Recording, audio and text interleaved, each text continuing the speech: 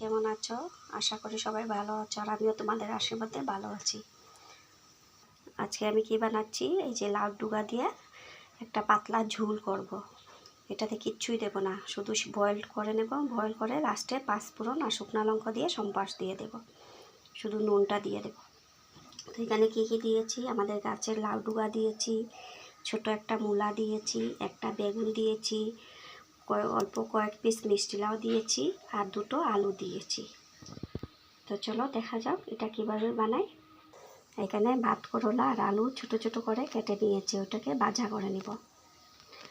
ভাত করলাটাকে অল্প নুন আর চিনি দিয়ে মাখিয়ে নেব, ভালো করে মাখিয়ে নিচ্ছি। তার মানে কী হয়, ভাজাটা আগে নুন আর অল্প চিনি দিয়ে মাখিয়ে নিলে তখন ভাজাটা খুব ভালো হয়, ঝরঝরা টাইপের হবে। যে লাড্ডুকাটা এখন সিদ্ধ বসিয়ে দেবো কড়াইতে। অল্প 1 গ্লাসের মতন জল দিয়েছি, এখন লাড্ডুকাগুলো দিয়ে দেবো।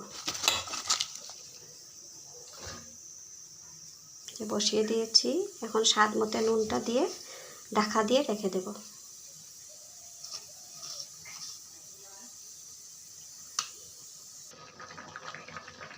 কড়াই বসিয়ে দিয়েছি, সাদা তেলটা দিয়ে দিচ্ছি, এখন ভাজাটা বসিয়ে দিই। হলুদ গুঁড়াটা দিয়ে দিচ্ছি, আগে অল্প একটু নুন দিয়েছিলাম, এখন আরও অল্প একটু নুন দিয়ে দিলাম।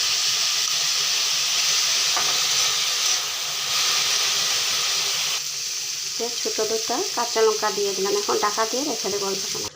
এই যে বন্ধুরা, আমার ডুকাটা সিদ্ধ হয়ে গেছে, এখন সম্বাসটা দিয়ে দেব। যে কড়াইয়ে তেলটা দিয়ে দিচ্ছি, এখন দুটো শুকনো লঙ্কা দিয়ে দেব।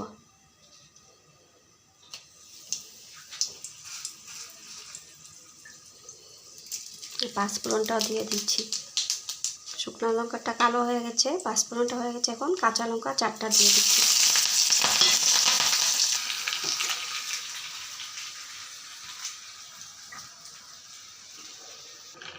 এখন অল্প একটু আটার গুঁড়া দিয়ে দেব, আটা দিয়ে দেবো, তখন অল্প মাখো হবে।